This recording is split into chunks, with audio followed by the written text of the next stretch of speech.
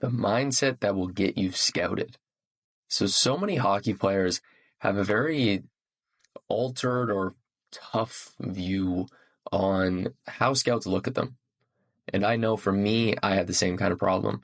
And so what I want to break down in this video is a way to think about scouting and a way to think about the way you prepare for games and the way that you present yourself as a player and a person that's going to give you the opportunity to maximize your chances of getting scouted. Most of us are trying to figure it out, and at least I was.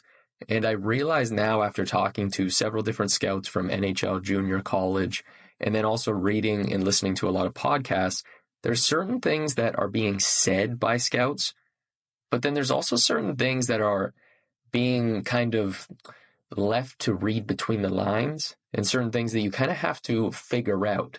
There's a lot of hidden kind of secrets that aren't really being talked about, and I want to uncover those for you so that you can actually see what it takes to be scouted. And this is for the players who are good, you have the skill, you know you should be able to play at that either D1 level, maybe D3 level, or if you're trying to push towards like the professional level.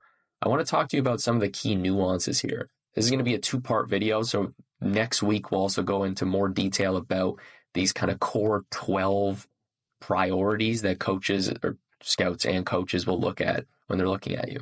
So let's get into it. So here's the thing. I used to complain all the time. I was somebody who used to just drive myself kind of insane about this. Like I would say, scouts just make guesses and then they take credit. Scouts don't know what they're talking about. Scouts just have to pick all they do is just say, oh yeah, that guy looks good, cool, let's pick him. I used to say scouts don't understand how good I am. And see, that last one is where you start to see where my biases were coming into play. Because I used to think that, and I realized after doing a lot of research, well, it's not really true. My honest opinion is that scouts have a very, very tough job. And here's a few of the main reasons why they have such a hard job. Number one, they have to travel sometimes, like the top scouts, the ones that are actually doing the main recruiting and going and looking at a lot of players. They're looking at sometimes 20, 25 games per month. So they're traveling a ton. And then number two, they've watched hundreds of players, sometimes thousands of players. They're trying to remember all of them. And they're trying to remember this insane amount of detail about the personality of each player, who they are as a person, their lifestyle. And then they're trying to now, number three, take all that, and then they're trying to say, what is that player going to be like in the future?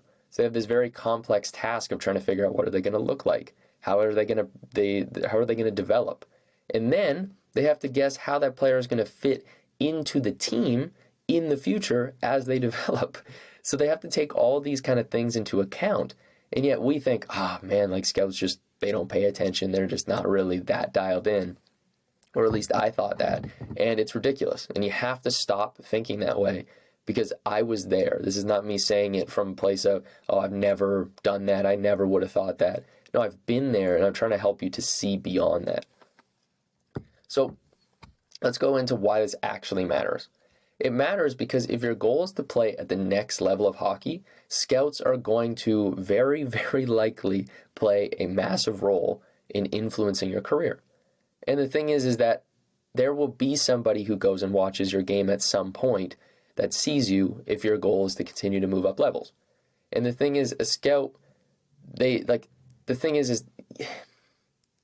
might be reasons that a scout comes to your game, and you have to realize they're looking at who you are as a whole person.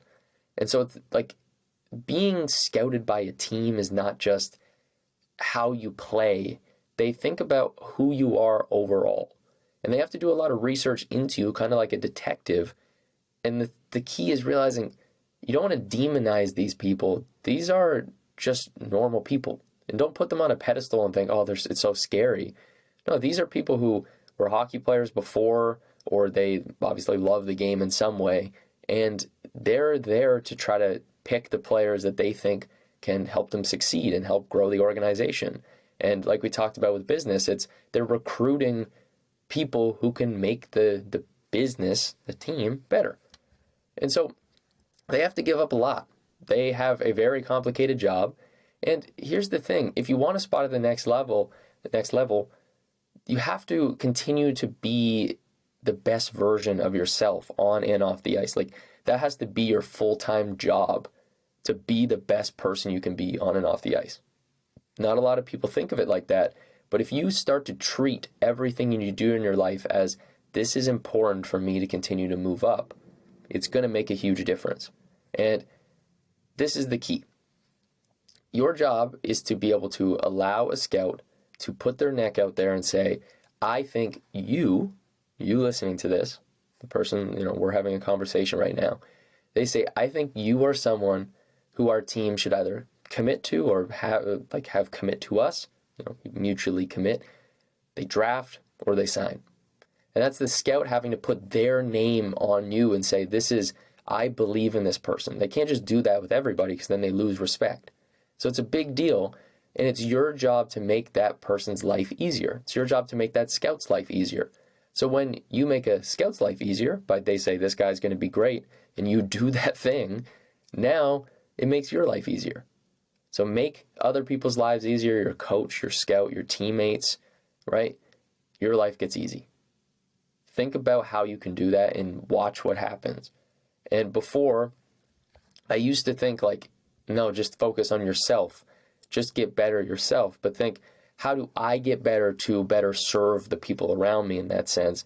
And it will make a huge difference, because at the end of the day, other people in a team sport are what are going to allow you to be able to succeed. So in a weird way, you could say that being selfless is sort of selfish in a weird way, because you're going to benefit in the long run by treating it in that sense.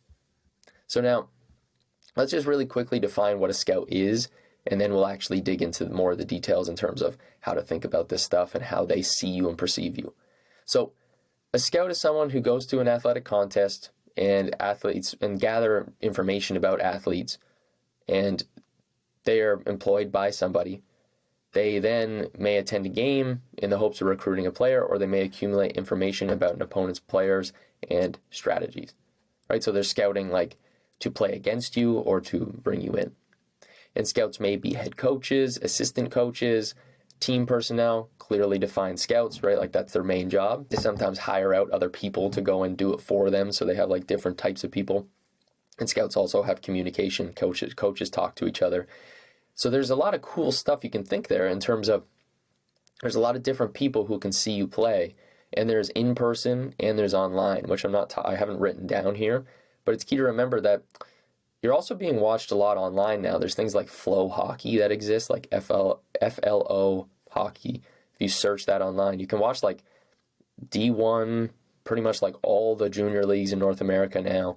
I think you can watch some minor leagues as well. So there's a lot of stuff you can watch. And so regardless, you want to ask these kind of two questions next, is what are they looking for, and how can I become what they're looking for? That's kind of the main two things. It's an honor to have them look at you in the first place, but it's very, very valuable to be aware of, hey, what are they looking for? How do I become that? And that's being the selfless as opposed to selfish, and then you get the selfish reward in the long run, right? So just some context again, I did talk about this, but just to reinforce this, had conversations with NHL scouts before, listened to tons of podcasts and read a lot of stuff on it, and talked to dozens of different players, and obviously been through it myself and watched a lot of people go through it, talked to a lot of people who went through it. And a lot of times this stuff just goes unsaid. I want to give you the info that these people's brains have that they don't always put out there to the public. Because I hear a lot of caveman coach talk. And when I say caveman coach, I just mean it's very old school. They basically just say we pick guys who work hard and who have good character. And it's well, yeah, obviously you pick guys who work hard and have good character. But what does that even mean? As if that's really going to help everybody, and as if that's even going to work for anybody who's not a naturally elite player. If you're not a natural freak talent, and someone so let's say you're just a top 80%, let's say top 20 percentile, right? So, out of every 10 players, you're usually top 2 kind of thing, which is even pretty good. But, you're a top 5 player on any given like junior team, let's say. Thinking in terms of this angle, and if someone says, hey, just work hard and be a good person.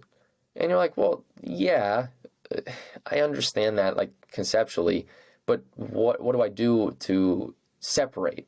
Because right now I'm working hard and being a good person, and it's not really pushing me beyond anyone. And it's kind of silly because it's if you're great, then your job is more so just don't mess it up. So that's what scouts think is like, well, if guy's a great player, like just do your thing. But that's great advice for, a very small percentage, but everybody else listens to that.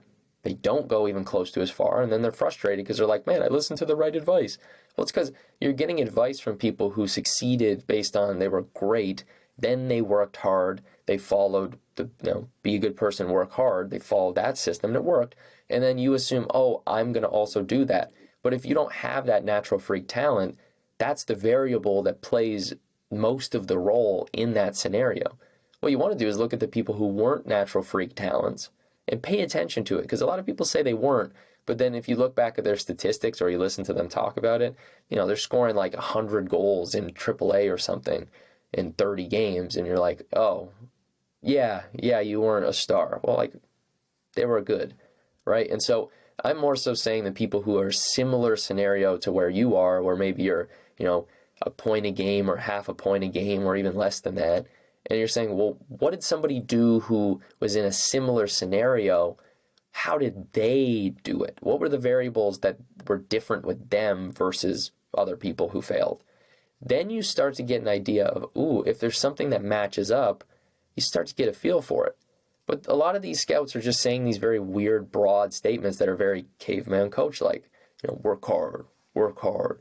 And I will mention working hard, but I'm going to explain it in a different context that makes more sense. Here's the thing.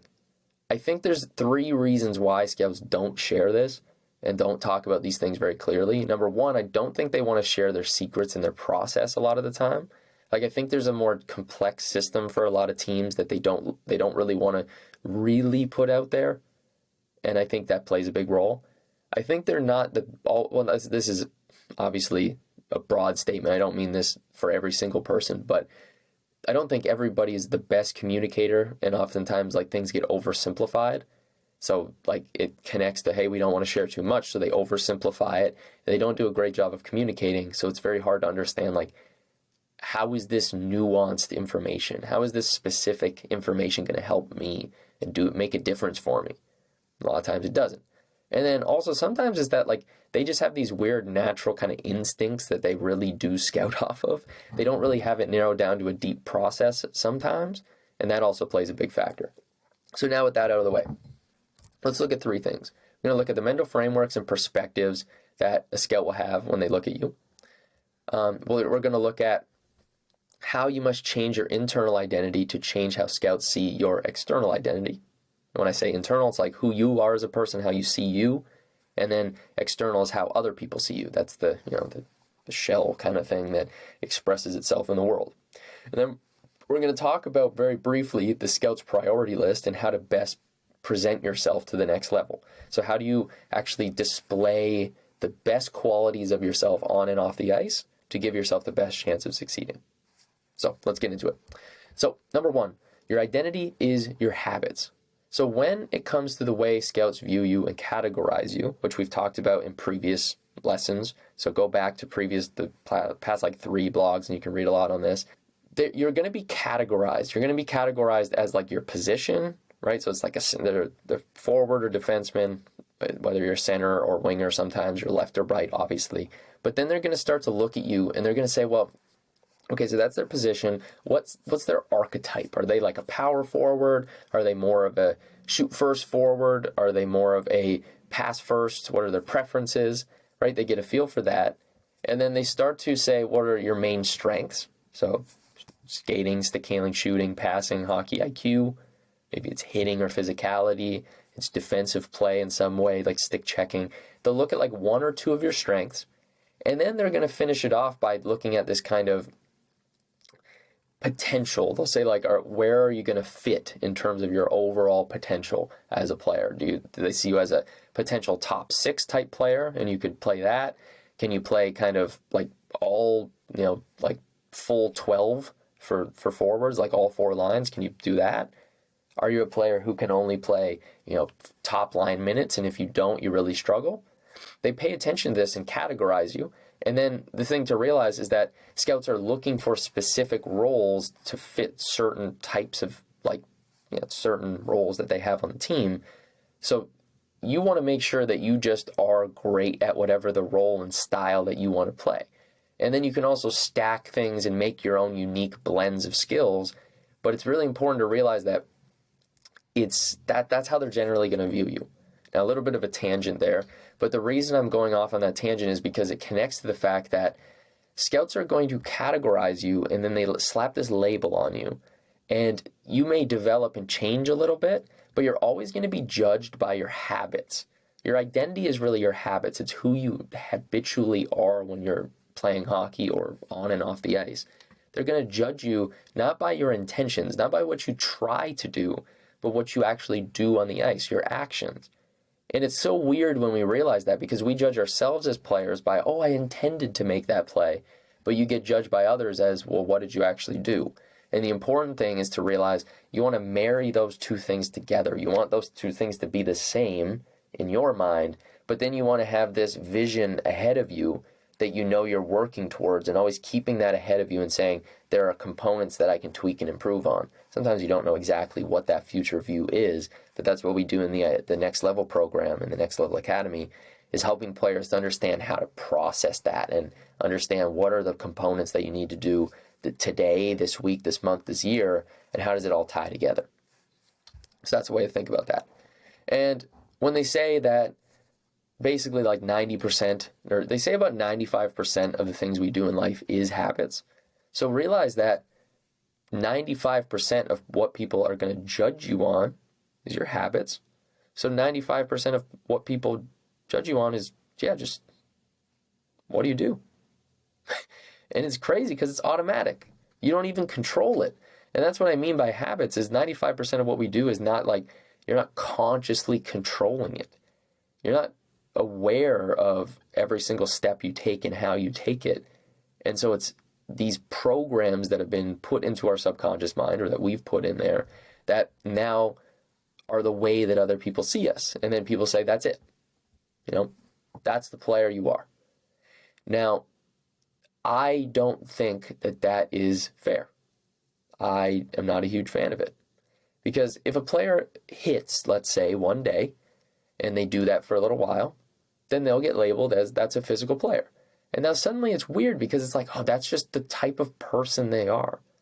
But if you learn the habit of hitting, you shift your mindset, you shift your identity in the way you see yourself internally, and externally you start hitting more, well, then suddenly you become someone who's a hitter. So now the category you were put in was not a real thing, because that's just a concept that someone had and said, that's the bucket we'll put you in. But you can change those buckets. So we as players get convinced that we're just in a bucket now, and that doesn't work. You're not just the way you are. You are who you train yourself to be, and you program your mind to be. If you want to be more confident, you have to program your mind to be more confident. If you want to be more creative on the ice, you need to program your mind to be more creative. It doesn't just come from like random hoping for the best, or saying, well, I'm just who I am and that's who I'll always be. You have to get out of that habit. You have to. It's not real, so you can change.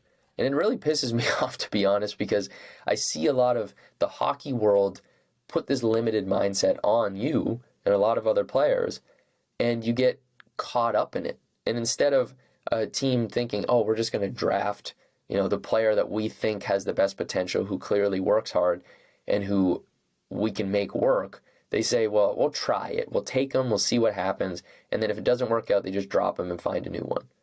Not really taking into account they could work on helping you change your habits, build your body, your mind, your skill. But instead they just opt for like the greener grass mentality.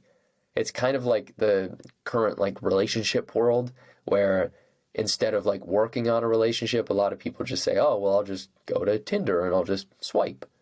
And that's the mindset of like the grass is always greener, right? It's always better somewhere else. And this is a thing to pay attention to for life, is like you can always think that, but you have to be able to actually be aware of the good things about like what you currently have. And so another thing I just think I'd like to see shift in the hockey world is, and it probably happens in other sports. I haven't studied other sports as deeply yet, but when you think about it, there's a lot of, well, that guy's just not going to work out, and it's just kind of written off pretty clearly, instead of maybe blaming the development team around them. And so it's a balancing act, and it's tough to determine, well, like how much responsibility does the player take versus the coaches. As a player, for you, you want to take full responsibility, and you want to say, like, I know that it's all on me. I have to figure this out. I got to be the best player I can be.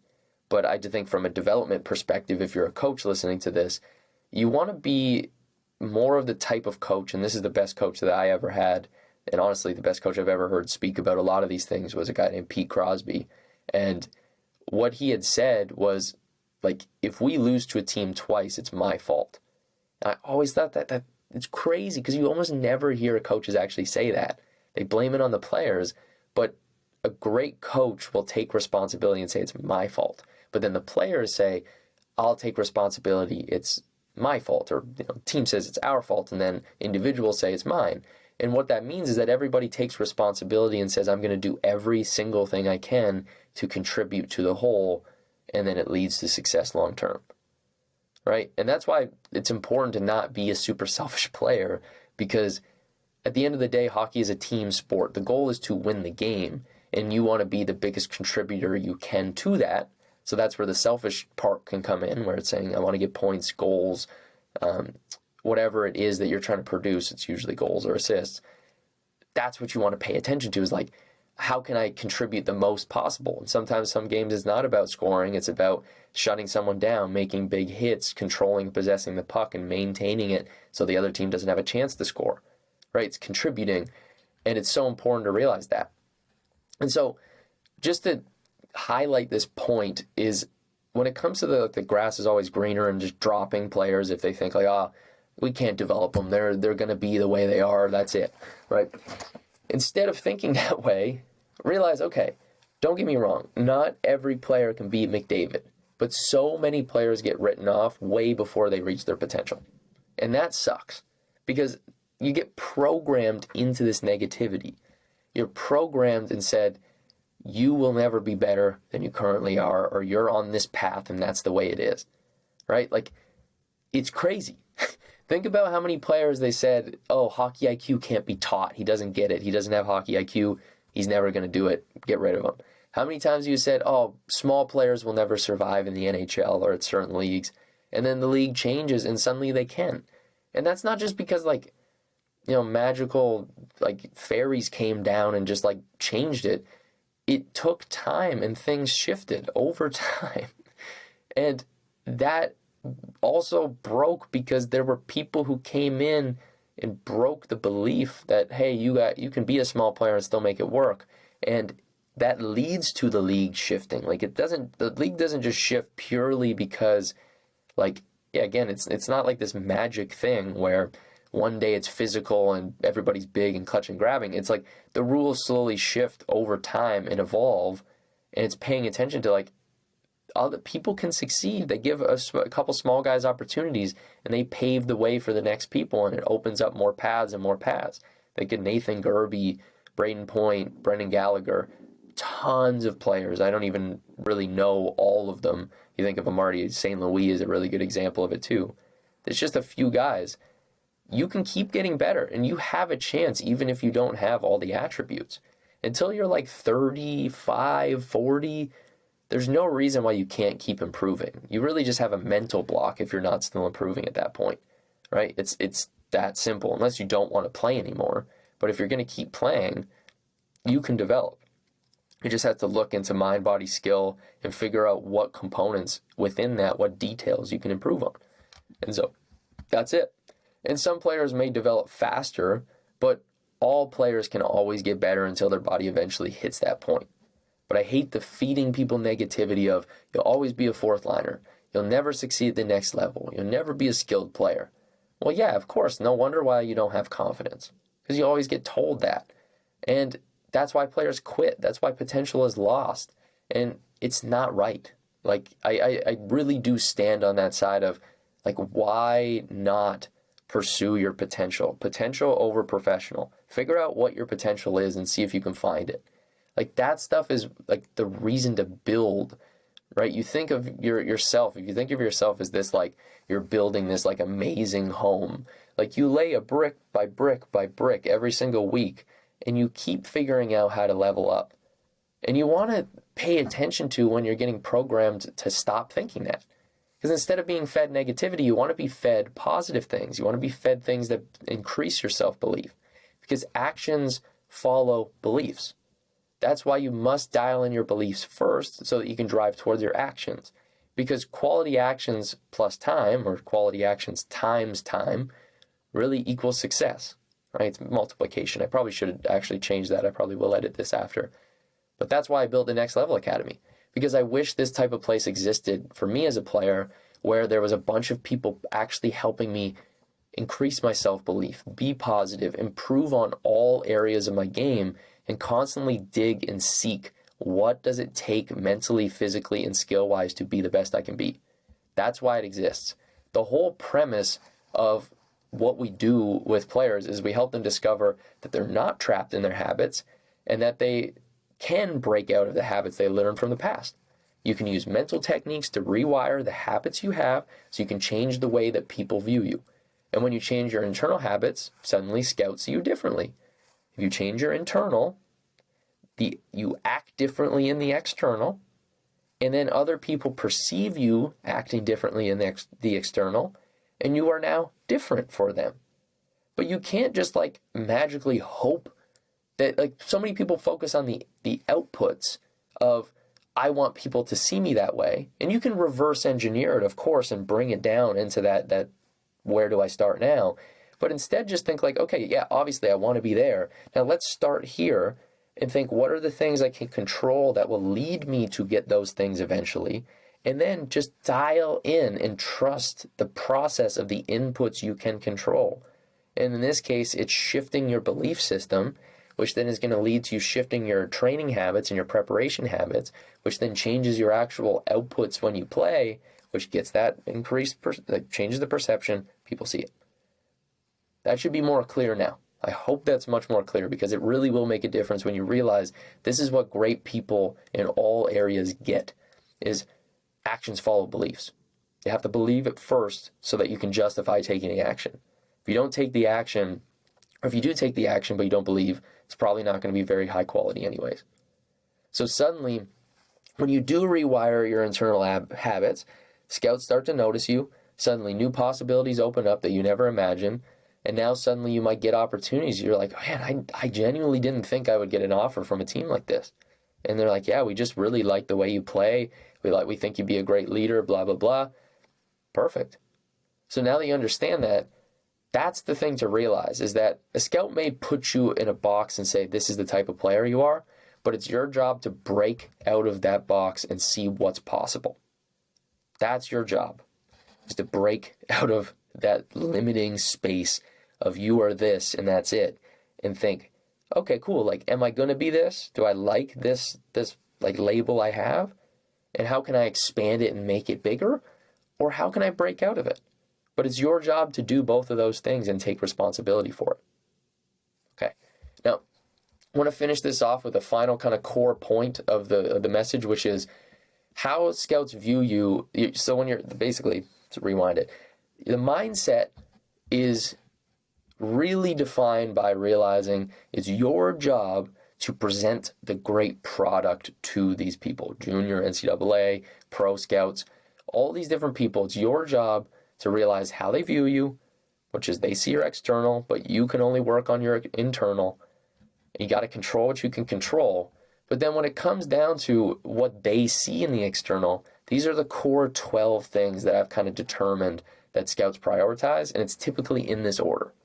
And now we'll go into detail next week. But you have high skill, high athletic ability, high IQ, obviously no criminal record or anything like that, which actually plays a big part, because if you have any of that stuff, that can ruin kind of everything. But if you're really good in terms of skill, athletic ability, and IQ, you might get around it. You've seen it happen before. So that's a concept that's just, I want to identify, because it's actually something we pretend like it doesn't exist, but it does. Then we have high career point totals. So these are like, point totals are really big, but I don't think they're the top thing. But they do play a massive, massive factor, because it is a way to determine how good someone is at producing offense. Then we have big breakout point years. So not just having like a bunch of consistent points, but lower in the tier is, did you have a breakout point year? In 1 year, did you suddenly just blow up and have this massive, like 2 times the points, 3 times the points you had before? When that happens, that draws a lot of attention, and that can be hugely prioritized. That shows that you have this high potential now. Then the next thing is number 7, do they fit the needed roles for the future team? So if you're like a McDavid, they don't care if you're going to fit a specific role. They're just going to push you through. But then if those things aren't like insanely high, like 100 out of 100 type thing, well then that's when you need to realize, well, they're looking at what type of player you are, and they're going to prioritize, we need a really good two-way centerman who can be really good plus minus, who is more of a pass first style player typically, right? They look for these like people who fit these boxes, and then they put players in a box and say this is their general style, but they prioritize these things in this list, right? So overall, you're kind of generally thinking like, what's my kind of player archetype? And then you want to make sure all of these components, these 12 priorities, are your 12 priorities, right? So now, the next thing is they look at mindset number 1, which is like, do you have a deep obsession for the game? Are you obsessed with trying to be the best you can be? And then, do you have a deep competitive desire? Do you always want to win? Because those 2 things are huge, because if you're obsessed and you always get better, they can trust that you're going to develop.